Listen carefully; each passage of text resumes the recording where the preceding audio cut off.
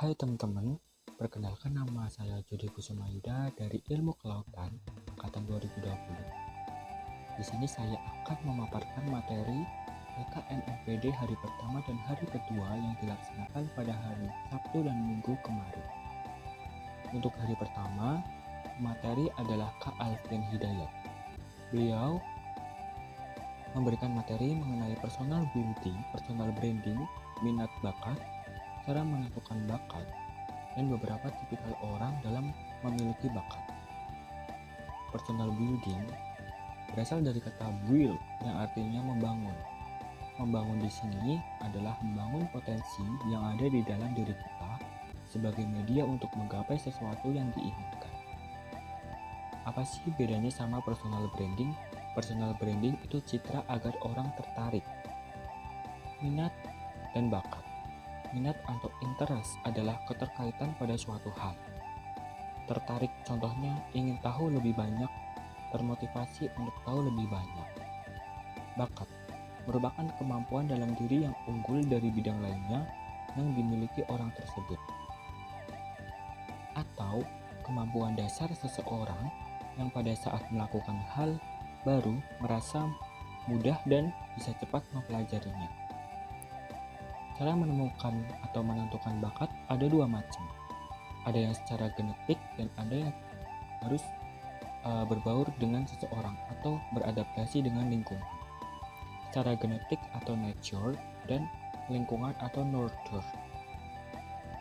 Beberapa tipe manusia dalam memiliki bakat, yaitu ada logic smart, body smart, nature smart, people smart, self smart, music smart,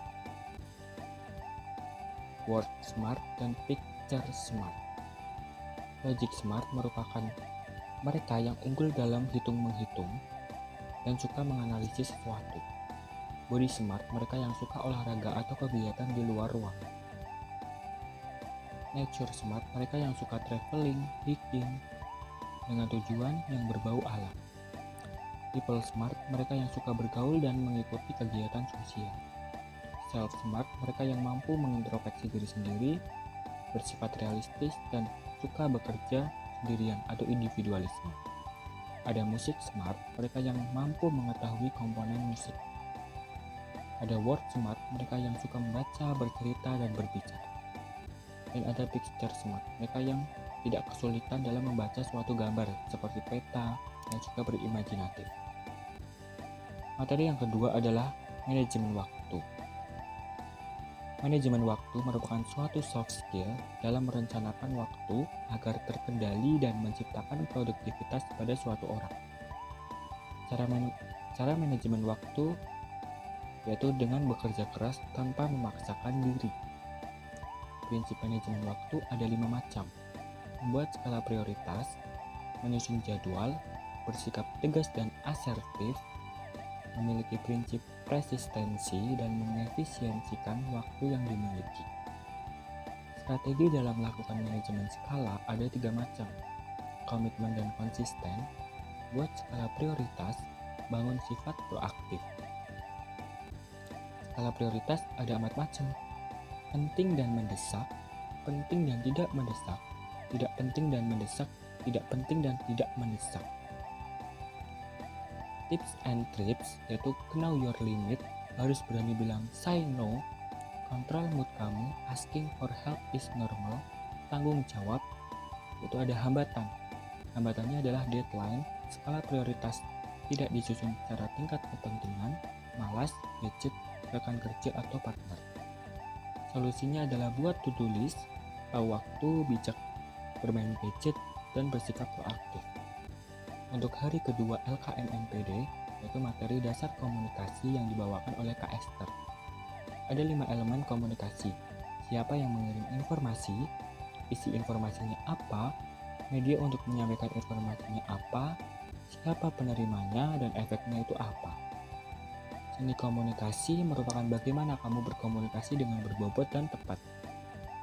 Elemen penting, yaitu ada siapa yang memberikan informasi, apa isi pesan atau yang dikomunikasikan, siapa yang menerima informasi itu. Yang harus kalian lakukan dalam berkomunikasi ada seek your passion, utilize every resource, learn from the best. Cara menumbuhkan percaya diri yaitu dengan cara nekat, karena yang bisa mengatur adalah diri kita sendiri. Jangan pernah berekspektasi akan apa yang akan terjadi esok. Terus mencoba sampai terbiasa dan luas. Materi selanjutnya adalah kepemimpinan dasar yang dibawakan oleh Kak Titis Buana, yaitu ada kaderisasi. Berasal dari kata kader adalah orang yang diharapkan akan memegang peran yang penting dalam sebuah organisasi. Dan kaderisasi adalah suatu proses dalam membentuk kader-kader baru dalam sebuah organisasi. Kaderisasi yang ada di ilmu kelautan, ada yang akademik dan ada yang non-akademik. Ada 5 skill yang paling dibutuhkan dalam dunia kerja. Ada problem solving, mampu memecahkan masalah. Ada critical thinking, berpikir kritis. Kreatif, berpikir kreatif.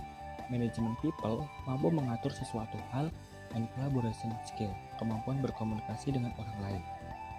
Manfaat dalam kaderisasi di kuliah adalah belajar berpikir kritis, mengikuti lomba, membantu mengerjakan laporan, menambah relasi, ilmu kepemimpinan terasah, dan skripsi. Materi yang terakhir pada hari kedua adalah organisasi, aktualisasi, dan berisi oleh Kak Rizik Aldies. Ada 5 komponen, yaitu ada ideologi inti, visi dan misi, pelaku, aset, dan peraturan. Fungsi mahasiswa ada 3 macam, agent of change, guardian of value, dan iron stock. Organisasi mahasiswa di Undip ada berbagai macam, ada yang dari universitas, fakultas, dan departemen.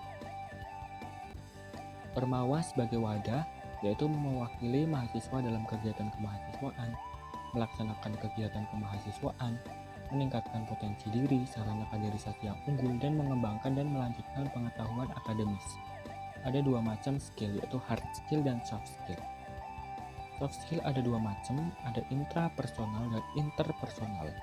Intrapersonal kita dengan diri kita sendiri, dan interpersonal adalah kita dengan orang lain. Think to sacrifice, yaitu ada pikiran, waktu, dan tenaga. Pikiran adalah asah pola pikir, waktu rela menyisihkan waktu demi organisasi, dan tenaga menguras tenaga untuk membagi dengan organisasi. Cara menentukan organisasi yang tepat, kenali minat, bakat, dan potensi diri kita sendiri. Cari tahu manfaat utama mengikuti organisasi tersebut itu apa. Cari tahu dampak yang ditumbuhkan atau yang ditimbulkan jika mengikuti organisasi, dan visi dan misi organisasi tersebut itu apa. Terima kasih atas penjelasan yang sudah saya berikan. Mudah-mudahan kalian semua mampu mengambil hikmahnya. Mohon maaf atas kesalahan dalam penuturan bahasa dan dalam penjelasan. Terima kasih. Saya atas nama Jody Kusuma izin pamit. Wassalamualaikum warahmatullahi wabarakatuh.